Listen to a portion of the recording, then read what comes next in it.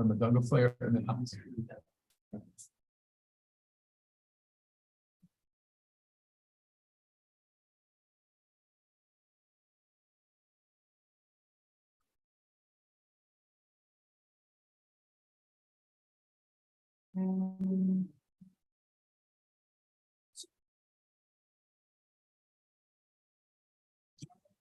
Madhava Punjabi Hari Janabala Bhagiri Hari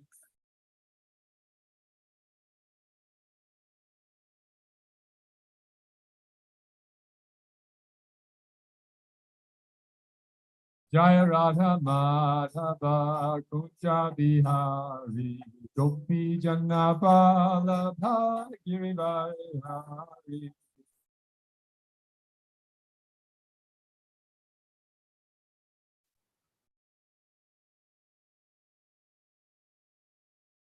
Yashoda Nandana Braja Jana Ranjana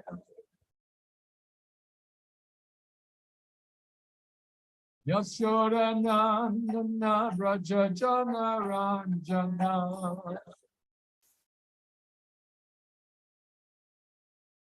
Yamuna Tirambana Chari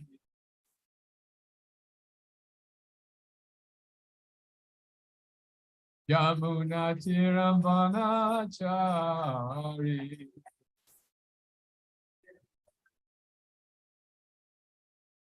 Jaya Radha Madhava Kunja Bihari Vijanabala Bhagiri Hari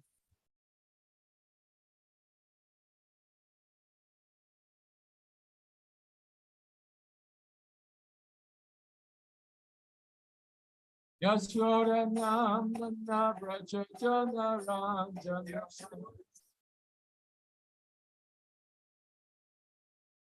Yashoda Nandana Braja Jana Ranjana Yamuna Tirambana Chari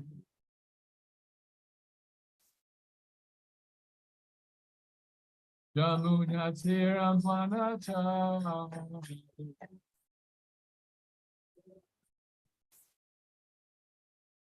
Jaya Radha Madhava Janabala Bhagiri Hari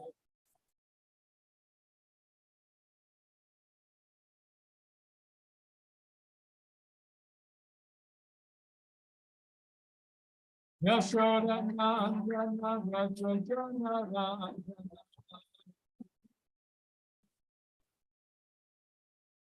Yashoda Nandana Braja Jana Ranjana Yamuna Tirambana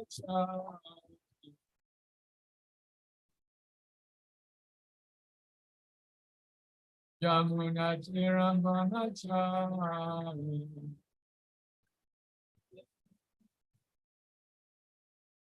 Jaya Radha Madhava Punjabi Hari Gopi Janabala Bhagiri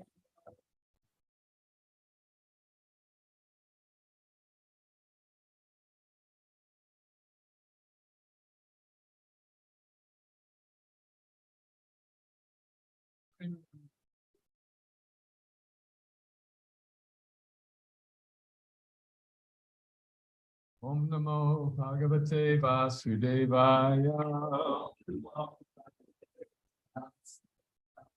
Om Namo Bhagavate Vasudevaya Om Namo Bhagavate Vasudevaya Narayanam namaskritya Naram chaiva narottamam Devim saraswatim vyasam Tato jayam udirayed Nasta prayeshu abhadreshu Nityam bhagavata sevaya Bhagavati utama shloke Bhaktir bhavati naishtaki. Reading this morning from one of the last chapters here in the Srimad Bhagavatam's 10th canto. This is page 367 in the God Who Dances. Vasudeva performs yajna. This is the tail end of the Rajasuya, or rather the Kurukshetra gathering. The gracious, oh, by the way, yes, we need a few actors, a few dramatists this morning. Anyone feeling dramatic? Okay, 1 moment, please. Okay, we need a Vasudeva. Vasika Prabhu, okay. We need Krishna. All right, Partha. We need Devaki, Christina. We need Bali. Okay, and we need Nanda, who has one line, one dramatic, idealistic line. Okay, you got it. Nanda. All right.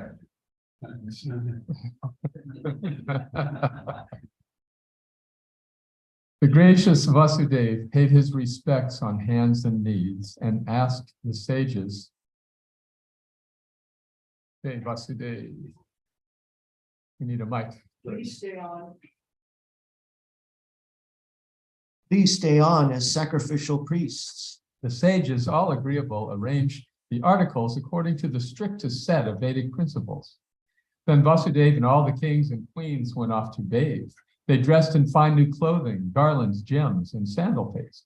The queens brought in auspicious things as Vedic dancers danced, musicians played, reciters prayed, and singers sang entranced. The priests anointed Vasudeva with butter. Very soon, surrounded by his 18 wives, he shone just like the moon, encircled by a host of stars.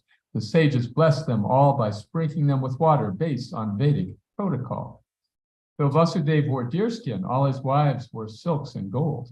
The priests were also nicely dressed, and everybody glowed as if they were in Indra's world of endless opulence. Lord Krishna and Lord Balaram looked on, imbued with bliss. Priests directed Vasudeva to keep the fires alight and honor his transcendent son with all the proper rites. When everything was finished, Vasudeva gave all the priests donations, such as land and cows, and served a royal feast. Each diner, king or dog, ate well and greatly pleased himself. As Vasudeva and all his wives distributed their wealth, the time arrived for all the kings and sages to depart. They went home slowly, pained by separation in their hearts. King Nanda of Vrindavan, though, did not leave right away. The Yadus, Balaram and Krishna, honored him all day. Then Vasudeva, quite satisfied, took Nanda by the hand and spoke to him in front of the assembled cowherd clan. My brother, God has bound us all with knots of human love. Though mystics meditate and heroes struggle, push and shove, they cannot stop affection. I am sure love is divine. For saints like you stay faithful to ungrateful hearts like mine. When Kamsa dispatched demons to assail you with abuse, I languished in his jail. Since then, I have no good excuse. I've blindly grown intoxicated by prosperity, and in my greed, ignored the needs of friends and family. Remembering the unrelenting friendship Nanda kept, the self-effacing Vasudeva choked up and loudly wept. For his part, Nanda felt so much affection, he would say, tomorrow I must go. That's Nanda's line. Let's try that again. For his part, For his part, Nanda felt so much affection, he would say, "Tomorrow I must go." for the ensuing 90 days.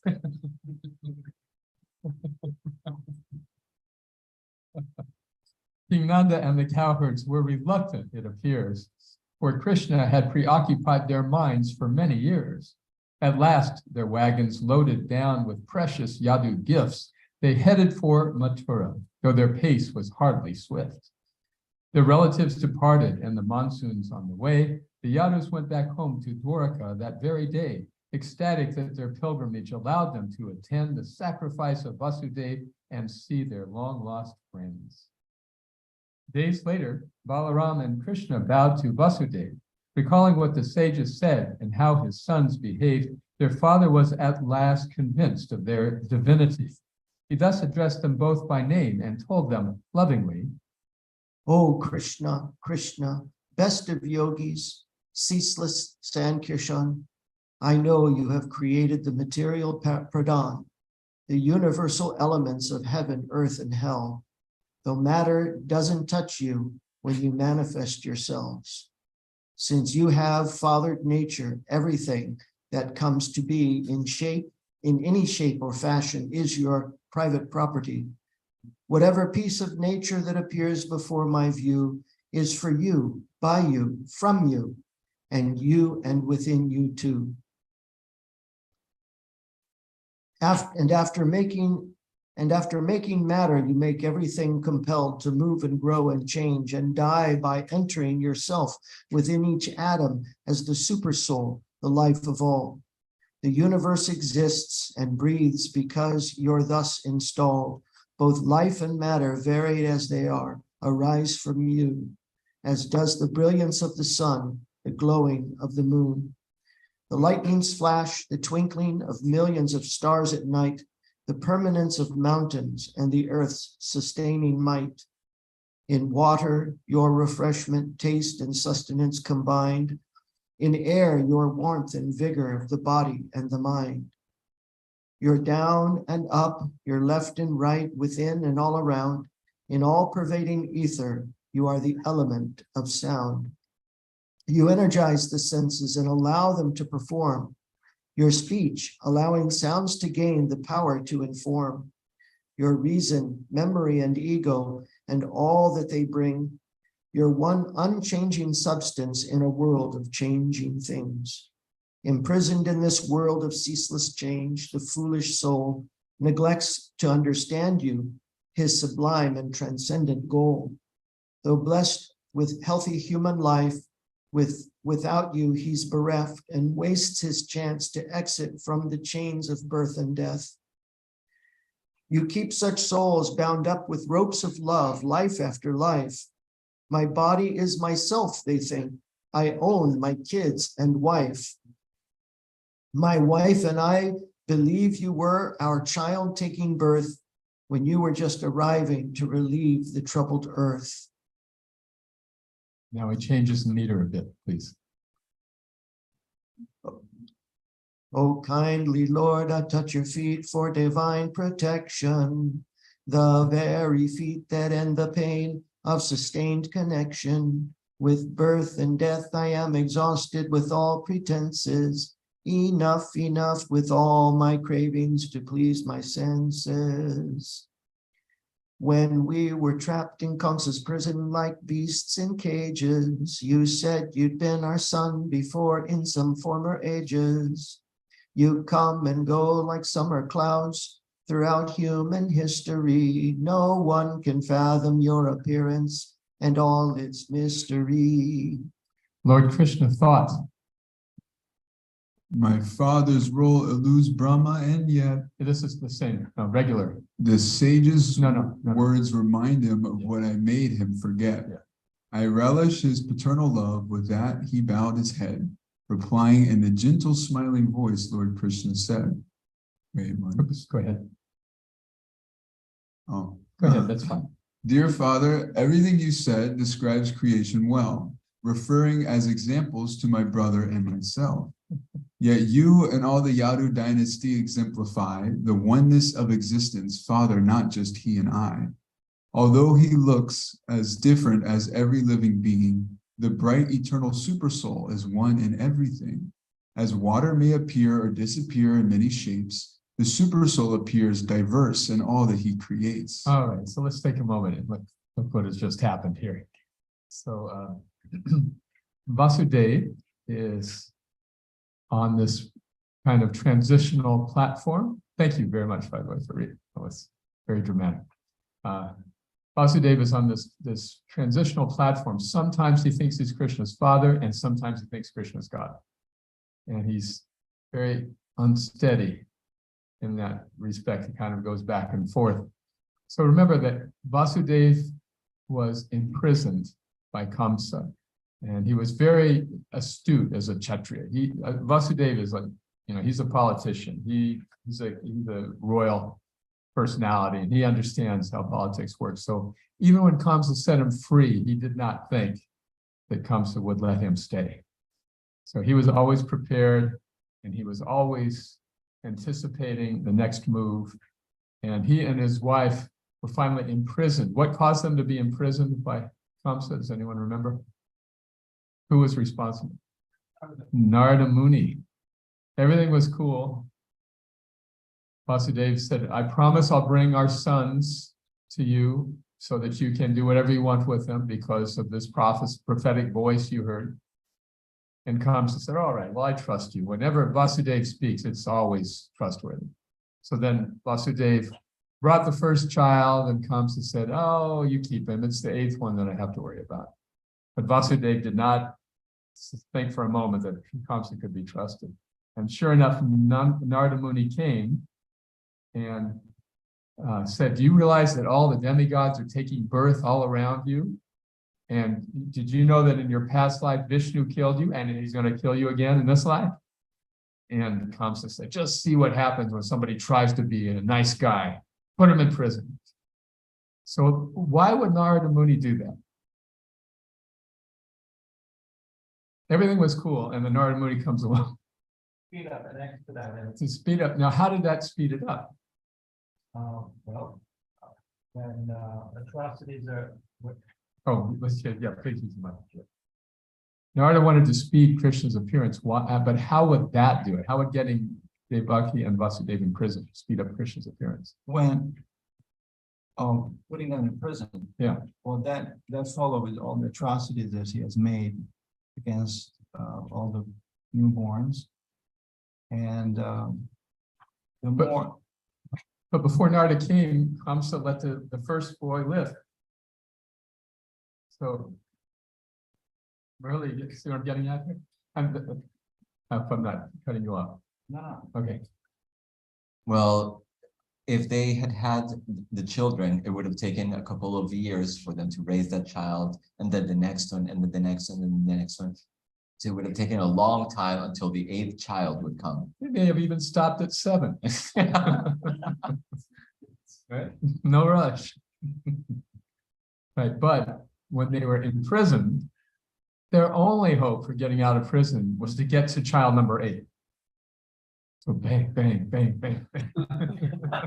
They wanted them as fast as possible. And everyone Kamsa killed until it got to the 8th. And then Krishna made all these clandestine arrangements. Actually, the 7th child was whom? Right, Balaram.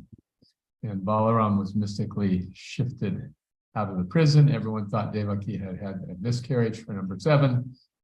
So number 8 came along.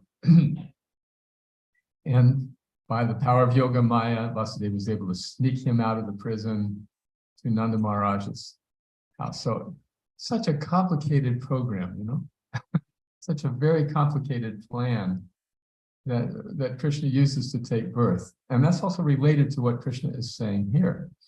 So Vasudeva saw when Krishna appeared in his cell, here's Vishnu. He appeared not as Krishna, but as Vishnu, like in his full glory. You know, Vishnu is the god of the material world. Vishnu, there's no question of Vishnu's divinity, supremacy, his majesty, right? He's got the 2 arms holding the conch shell and the lotus flower for all the nice people. And he's got two arms holding the club and the disc for the rest of us. He is ready to greet people according to their approach, and he's capable of dealing with everybody. So Vishnu is majestic. He is God in this world, uncertain, I mean, without doubt. But so Vasudeva immediately saw, oh, God has appeared as my son. I mean, there was no question about it. But then as Vishnu, he changed to his original form as Krishna. Why was that? Anyone remember? Stina? Because Devaki was afraid that someone would see him in the Vishnu form and try to kill him or something like that. So Yeah. she wanted to hide him. That's right. She didn't want anyone else, which is so funny, isn't it? Because, if the guards had come into the cell and seen Vishnu, they probably would have backed right out. But she was thinking somehow, oh, no, it's better if you look like a normal child. Then that way maybe you can survive. So this mixed parental and Shanta or respectful relationship is always going on with Devaki and Vasudeva. So in the later section of the 10th canto, when Krishna comes back to Mathura after being, transferred over to Nanda's house and being raised in Vrindavan, when he came back to Mathura and his parents were still in jail, he came in and killed Kamsa and then went to release his parents. So that was a very interesting experience. So before he went to release his parents, what were some of the things he did in Mathura? He killed the elephant Kuvawa Yapida, and he killed the washerman who would give him Kamsa's clothes, and he broke the sacrificial bow, and he straightened Kubja, yes, and one more important thing that really got everyone's attention. Yeah, he killed the wrestlers in the Chanura and Mushtika in the ring, he and Balaram, and then he killed Kamsa. So while all of this was going on, Devaki and Vasudeva were in the jail cell and they were hearing, I guess online or somehow, they were hearing about what Krishna was doing. Oh, he did that. Oh, he did that. Wow, he did that. Oh, he killed Kamsa. Oh my goodness, he must be the Supreme Personality of Godhead. So by the time Krishna came in to rescue them, they were totally in the mood. Krishna's the Supreme Person. Oh, he's God. So even though he was their long lost son who they had not seen in years, when he came in the cell, they paid obeisances. They paid their respects, and they couldn't bear to give him a hug because they were so overwhelmed with his majesty. So how do you think Krishna felt about that? What's that? Not so great, Not so great. Why was that? because he prefers to have Vasudeva and Devaki as parents. The rasa is sweeter for him. It's sweeter for him to have the parental rasa, right? He's not an orphan. To give this one of my favorite Shastric references, anyone who's seen Monty Python and the Search for the Holy Grail, Zach is nodding his head. Okay, good. I'm glad you have done this study. So at one point, they're appealing to God, and God comes and says, "Stop groveling." Stop groveling. He gets tired of that incessant requests, the incessant requests pouring in from all the corners of the earth. Please do this, please do that, right? Stop groveling. So not that Vasudeva and Devaki were groveling, but they were awestruck and they were not in the parental mood. And so Krishna began speaking in such a way that he invoked their parental love. He said, foster parents are very kind and loving, but they can never replace the actual love of the real parents. And certainly, if we had somehow been able to be with you as we were growing up, we would have had so much opportunity to exchange affection with you. So by speaking these words, Devaki and Vasudeva again entered into the parental rasa. So Krishna transition them right back out of the awe and reverence to that position that he really wanted them to be in. So the same thing is happening in this passage. Vasudeva, again, many, many years later, by now Krishna he's been out and made something of himself, you know. he built Dwarka, and he killed so many demons, and now he's clearly recognized as at least this great king. Even those who did not recognize his divinity recognized his position, very respectful position. But Vasudeva again is thinking, oh, Krishna's God. So then he gives this whole soliloquy that Rasika Prabhu just read about how all the universal creation comes from Krishna and Balaram. And this is one of the beauties of the Srimad Bhagavatam, that it has prayers by so many different people in so many different places, all saying the same thing, all glorifying Krishna. In many cases, a very similar philosophical step, point by point. So this is why the Bhagavatam is considered the Amala Purana, the spotless Purana, because everywhere there's philosophy, it's always pointing at Krishna. So when Vasudeva is speaking, he says, anyway, he's Krishna, you're everywhere, you're in everything, everything comes from you. You make our bodies work, you make our memories and our mind work. Everything that exists, subtle and gross, is just your energy. So in this way, he's speaking to his son. So Krishna is not liking it. So he responds in a very philosophical way by saying, dear father, everything you've said describes creation well. Oh, you've done a very good job of describing the universal creation. And then he says, referring as examples to my brother and myself. In other words, we're just part of this creation. And whatever you mention about us is, yeah, we're part of it. And he says,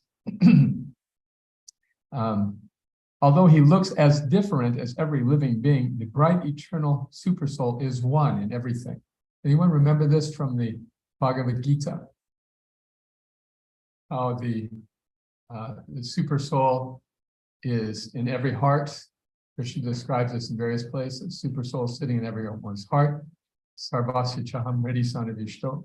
But also in the 17th or 18th chapter, he talks about knowledge in the modes of nature.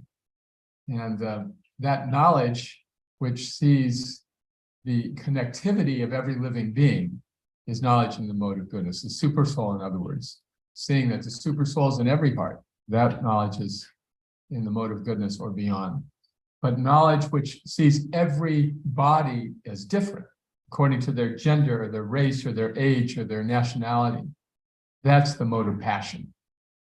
And then knowledge which can't rise above, I forget the specific reference there, but anyway, knowledge in the mode of ignorance is just like, has no relationship with anybody, basically. So Krishna is saying here, oh yes, it's not me who does all this creation, it's the super soul. And you're certainly referring to the super soul. You couldn't possibly be referring to us, your sons. So you see how Krishna does this philosophical jujitsu to keep his parents in their loving mood. What is jujitsu? You take the energy of your opponent and turn it against them, right? In a philosophical. What is that? Aikido, okay. Okay, I know Aikido, karate, and several other Asian words. But the idea is that Krishna just he doesn't refute his father, you see, very diplomatically. He just says, yes, oh yes, father, absolutely. Yes, the creation definitely comes from the super soul. So this is an interesting, I'm just having this discussion with my daughter this week, because she's working in a place where she has done well in her she's works as a promoter for this healing center in Alachua. And she's done a good job building up the following, et cetera, but she's producing videos that are attracting a lot of people. But then she's saying, should I make myself part of them? Because my nature is to be shy. So I'm making these videos where I'm bringing experts in. And then we're having this whole discussion, how much self-promotion should be there? You know, self-promotion is one of the subtle forms of sex desire. In other words, one wants a distinction, adoration, and also profit, money. So when one may be celibate, but subtly wanting distinction, adoration, then this is called the subtle sex desire. So how much should a spiritual person promote themselves? You see, on one hand, if you promote yourself and you get a lot of followers, well, that's good for spreading Krishna consciousness, right? But on the other hand, if you're promoting yourself, is that actually part of your spiritual practice? Who can think of a reference where Lord Chaitanya addresses this? From the Shikshastakam. Na dhanam, na janam, na sundarim, right? Na dhanam, I don't want profit. Na janam, I don't want adoration or distinction. Na sundarim, nor do I want gross sex life, he's saying. Mama janmani janmani ishwari bhavatad bhakti or haitaki. I only want devotional service. So much taste from bhakti that he doesn't want any gratification, subtle or gross. See? So the idea of self-promotion in spiritual life is it's a tricky question. In my daughter's professional life, I was saying, yeah, you got to put yourself forward a little bit. You know, you should be the MC for each of these popular videos you're producing. It doesn't take but a minute or a few seconds to say, hi, this is such and such, and today our subject is, but that way you become the face of these videos, right, Chris? And then that's good for your professional career. So many examples of this, isn't it? People who are really not as good as other people in certain fields, but they're good at promoting themselves. One example is Yogeshwar Prabhu's brother, Brian Greene, who's a very well-known physicist. He's had specials on NPR, and he's after, what is that other guy? Anyway, he's one of the best-known physicists in America and in the world. And he's not necessarily that well-educated in physics or accomplished in research, but he's very good at communicating. So as a result, he can explain complex topics well, and therefore he's very famous and popular. He can explain them in a way that common man can understand. See? So this is one of our challenges in ISKCON, in Krishna consciousness, that the whole issue of being a guru is very much associated with self-promotion. And so many of my godbrothers and godsisters say, well, I can't be a guru because, you know, I'm not an international celebrity. And this is a whole unfortunate distortion of what it actually means. You know, what it actually means is I'm willing to take responsibility to help somebody in their spiritual life. That's all. It's very much like parenthood. Like when it comes to a point in life where, okay, I'm ready to take responsibility for another little monster. I mean, a little child. And whatever it takes, I'm willing to do that. Then that's the same mentality that a person needs to be a spiritual master. That's all. The willingness to be responsible and able to respond, right? So I'm hoping in your generation, you'll get past all this fluff that has hindered my generation. You know, Prabhupada wanted all of his disciples to be gurus. He wrote in 1975, I want all my spiritual sons and daughters to initiate disciples. And only 2% are out of his 4,000 disciples. That's very unfortunate. So it's really meant to be for everybody, not to have thousands of disciples, but to have a few. And you can do that very easily by just being willing to take care of people. And there is no need to promote yourself to do it. It's a transcendental arrangement. If you're willing, Krishna will send somebody. That's the reality. That's how the system is actually supposed to work. And that's why in the disciples course, we learn you don't say the name of your guru. You don't advertise your guru. You don't wear t-shirts with your guru's picture. I even saw a devotee in Russia who had Indradyumna Maharaj, Badahari Prabhu, and Chadaratma Prabhu tattooed on his chest.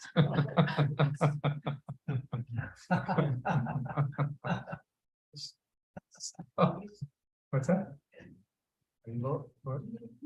Haribol, yeah.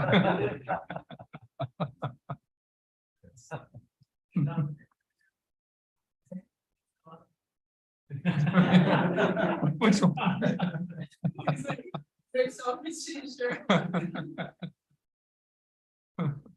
So this is very interesting that Krishna never promotes himself as the Supreme Personality of God. I mean, can you think of a place where he does? When necessary, he explains it.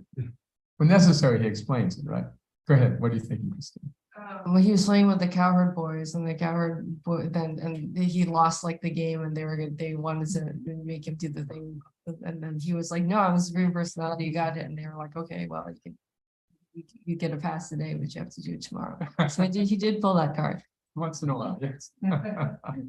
Or when he's explaining to Arjuna, like in chapter 15 of the Gita, Purushottama Yoga, he's telling him, okay, well, there's the conditioned souls, and then there's the liberated souls, but above both of them is the supreme, Purushottama, the ultimate person.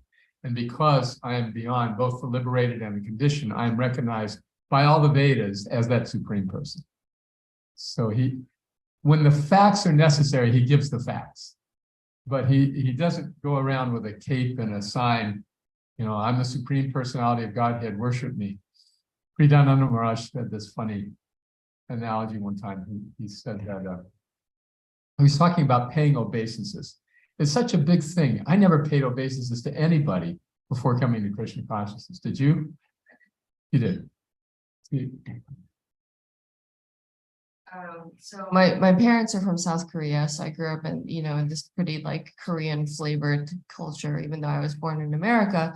And so something you do is like, you do a standing bow to people when you meet them, especially elders. And then on New Year's every year, there was a special thing where we got dressed up in traditional clothing, and we would do like the obeisances down to the ground, not like fully prostrated obeisances, but bowing down to the ground to the elders, and then they would tell you, their hopes and benedictions for you for the coming year, and then they would give you some money. So that was something that I did every year. All right.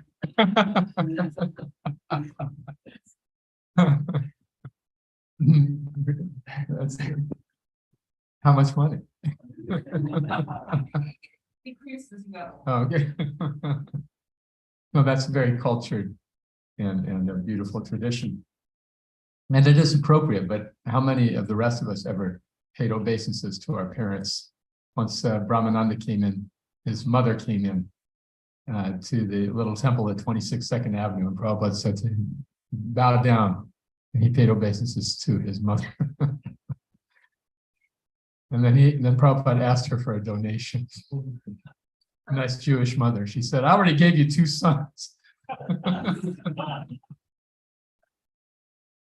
So Pridananda Maharaj said that if the president of the United States walked into a post office and said, I'm the president, you work for me, there's my picture on the wall, bow down. The employee would say, forget you, I quit, So the idea of paying obeisances and showing respect, Krishna and Balaram do this for their parents, and this puts them in the parental mood. So anyway, now we'll end with this little discussion about Devaki's special request of Krishna. Imbibing the impression that the Lord was someone else, Lord Krishna's father felt paternal love consume himself. Lord Krishna's mother, Devaki, however, was distressed. She turned to her 2 sons, looked down, and tearfully expressed, Oh Krishna, Rama, masters of all mystics, lords of all, as I see you before me, I cannot help but recall the fact that as your mother, it appears I gave you birth when you, in truth, descend yourselves to liberate the earth. A fraction of yourselves is all it takes to build, maintain, and end the planets, stars, and outer space. Because success escorts you whatever you decide to do, today, my lords, please contemplate what I now ask of you. When all your childhood studies of the Gurukul were done, I learned that you both rescued Sandipani Muni's son directly from the realm of death. You surely know the fact that I lost my 6 sons to Kamsa. Could you bring them back? As Devaki requested, Balaram and Krishna used their mystic strength to find the boys that Kamsa had abused. Arriving in the nether regions, home to the deceased, they met the famous Bali Maharaj, his friends and priests. The demon Bali long ago usurped Lord Indra's throne, yet later freely gave to Krishna everything he owned. On seeing his beloved Krishna, Bali Maharaj stood up and bowed along with his entire entourage. He seated Krishna and his brother in his finest chairs and bathed their feet, dispensing sacred foot wash everywhere. He then presented clothing, jewels, food, and all his wealth. And then, as he had done before, he gave his very self. While grasping Krishna's lotus feet upon his chest and head, King Bali swooned in ecstasy. Then, tearfully, he said, Lord Krishna and Lord Balaram, I bow my head to you, the person some great yogis and philosophers pursue. The living beings rarely get to see you in this way unless you choose to show yourselves as you have done today. When you appear, however, even demons such as me can set aside their pride to take the opportunity. Some demons grow adverse to you because they're misled, while others shun the truth, preferring ignorance instead. Others simply hate you, while still other fiends like me associate with you to build their own prosperity. Your mystifying energy covers up our eyes. Indeed, the greatest yogis cannot see through your disguise. Please take me to your lotus feet, where even I can find necessities from generous trees and saints of loving minds. But have I been too bold, my lord, presenting my desire? Have we come to the purpose? Is there something you require? The service supersedes all Vedic rites and cleanses sin. Please tell us what to do, my lord. We're eager to begin. Lord Krishna said, Marichi, a great sage, once had. Marichi, a great sage, once had 6 sons who laughed at Lord Brahma because of something he had done. They thus took birth as children of Hiranyakashipu, and then as sons of Devaki. They now live here with you. Whoa. King Kamsa killed all 6 of them, and Devaki laments, we wish to stop this series of unfortunate events by ending all their suffering and Devaki's as well, and sending them to heaven now that they have lived in hell. as monarch of the lower planets, Bali easily located and returned the 6 young sons of Devaki. Again, he worshipped Balaram and Krishna, who then left for Dwarka, where Devaki had so long felt bereft. When she saw her lost children, Devaki became possessed with such maternal love that milk cascaded from her breasts. She let the babies drink that milk, which Krishna once enjoyed. Then tenderly, she sniffed the head of each beloved boy. Entranced by Krishna's powers of illusion, Devaki saw each young baby reassume his past identity. The 6 became the gods they'd been before they misbehaved and bowed before Lord Krishna, Devaki, and Vasudeva. The saintly Devaki was struck with wonder and deduced she'd just seen an illusion that Lord Krishna had produced. Amazing as it was for him to save his mother's sons, Lord Krishna showed us countless marvels. This was merely one. This pastime of Lord Krishna sanctifies the universe. A devotee will decorate his ears with every verse. If one repeats or hears about this wonder Krishna showed, his mind will dwell on Krishna and he'll gain the Lord's abode.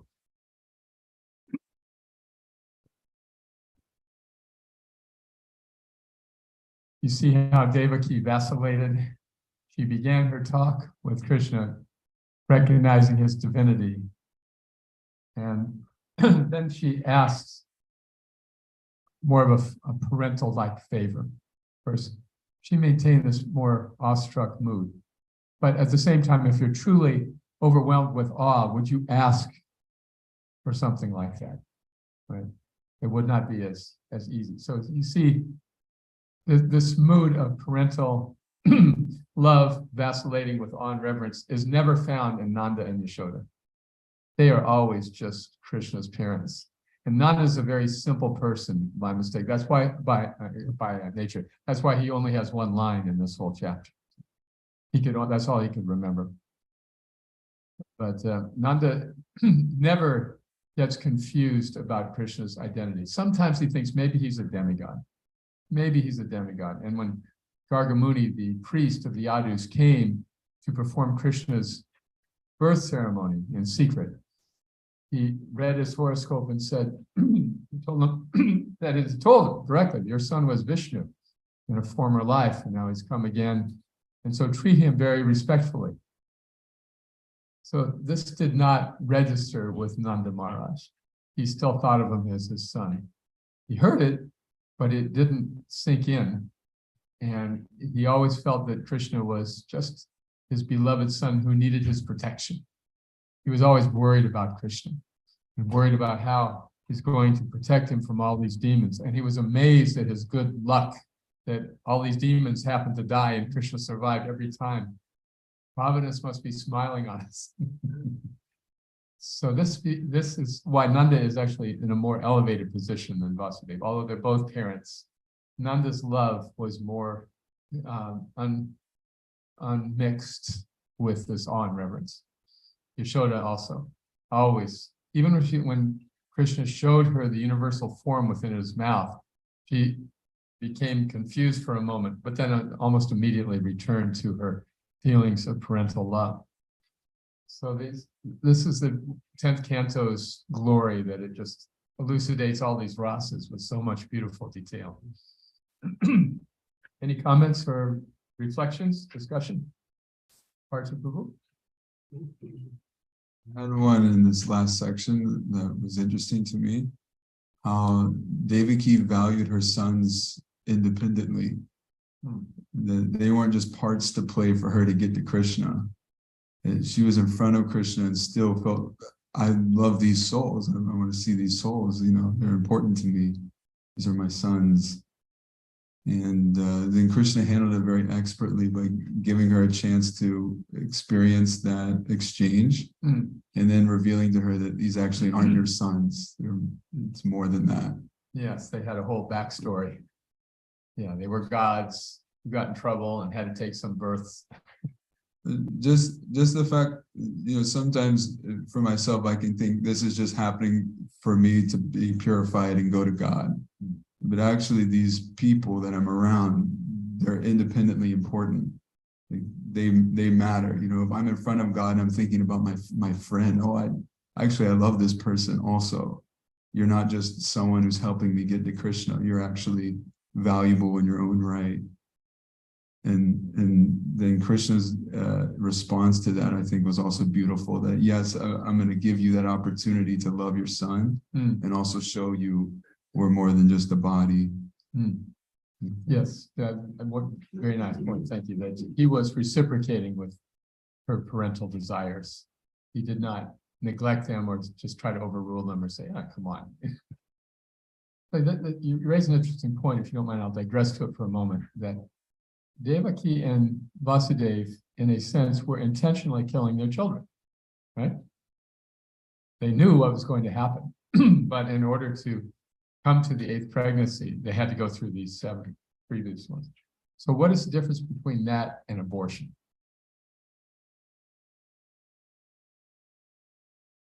Knowingly killing their children.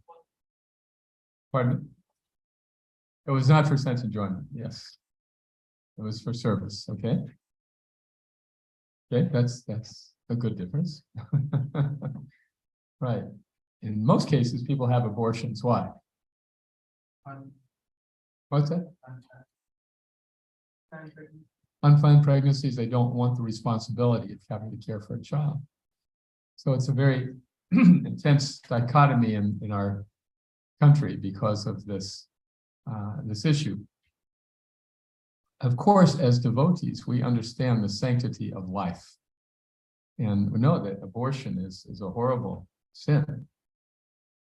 And on the other hand, the political side of it is that without liberality in the government, minority religions such as ours could be in trouble.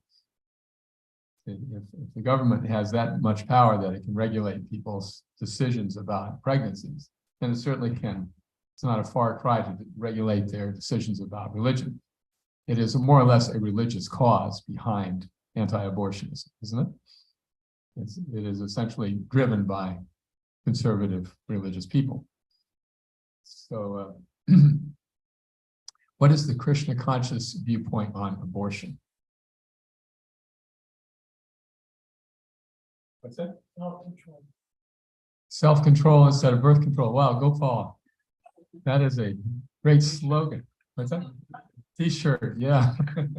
Get that tattooed on your chest. Okay, good. Space.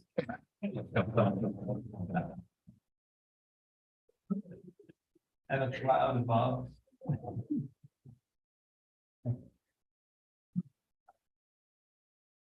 Anyone else? Yes. Steve? I mean, I think ultimately you got to pick your battles. Well, Stephen R. Covey, as quoted by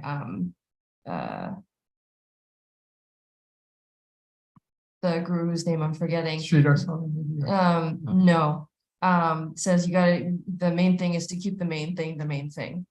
So you gotta it's important to not even though abortion is like it's a very kind of a hot button issue. It is something that we care a lot about because of the sanctity of life. At the same time, if concern about that kind of overrules everything, then we don't have kind of the time and the energy and the focus, the Right. resources to focus on Krishna and always remembering Krishna and never forgetting Krishna, which is the ultimate principle. So we have this dichotomy of conservative and liberal politically, but you're saying they're both material. We got to keep, the main thing is to keep the main thing, which is Krishna. Keep your focus on Krishna. Okay, that's very, very suitable. I was just in Texas this weekend. My granddaughter got married, and we went into a grocery store to buy some boga, and it was the hugest meat section I've ever seen in a grocery store. It was the whole back of the store was basically meat, and everywhere was BBQ, and then there was a whole aisle of barbecue sauces. I mean, it was quite. But these are the people who are so vociferously against abortion. Same people who are really into barbecue. So as Mukunda Maharaj says, like, could we have a consistent policy on life here? So since Krishna consciousness is transcendental to both, then what is our policy? If somebody asks you, what's your policy on abortion, what would you say? Hare Krishna. Very good, sir.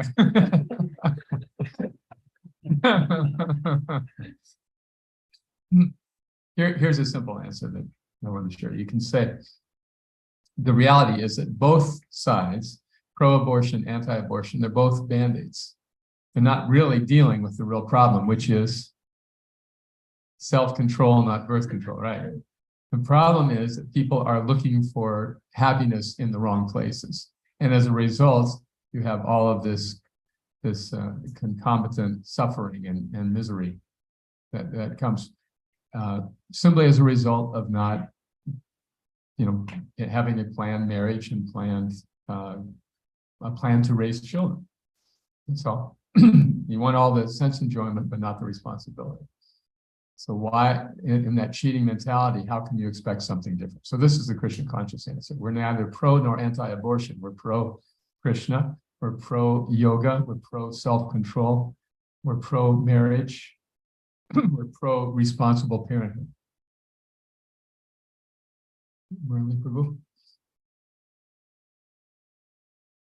So obviously, most people will not be willing to admit, that is the reason why they really want, this abortion law and everything. But they will bring up, like one point, which is that because what if a woman was raped or had like that, then what is your policy with that? Any thoughts on that? Okay, so yes, in other words, voluntary abortions through promiscuity is just a symptom of a bigger disease. But what about if somebody is raped, a woman is raped and becomes pregnant? Is she obliged to bear her rapist's child in a Krishna conscious environment? What do you think? Anyone? I'm just thinking, I never thought about it, I'm thinking it now. That's the purpose of the class. Where And because her choice was taken originally, I think she should be given a choice now. she should be given a choice. Yeah, because she didn't have a choice originally. So I'll leave it up to mother. Okay, that certainly is a defensible point. Can anyone think of an example of a rape resulting in a pregnancy in the Shastras? What's that? In the Mahabharata. I think there's some. I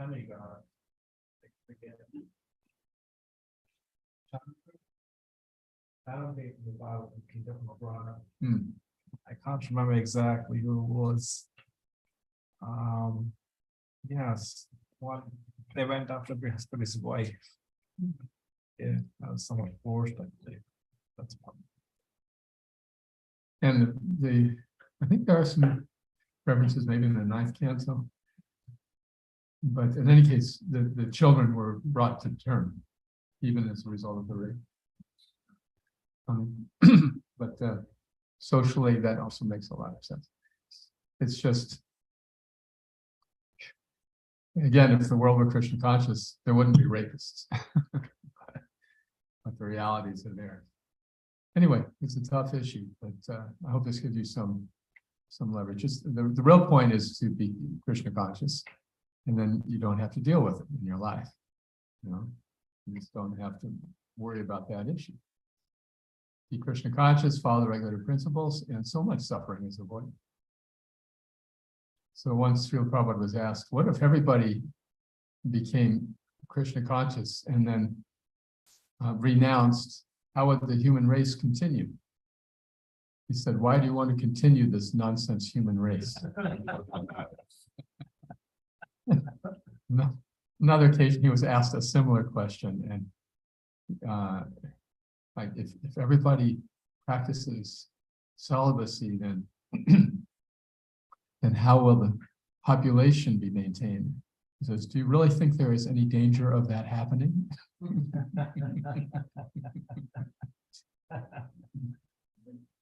Anyway, all right, any last thoughts? Yes, Prabhuji.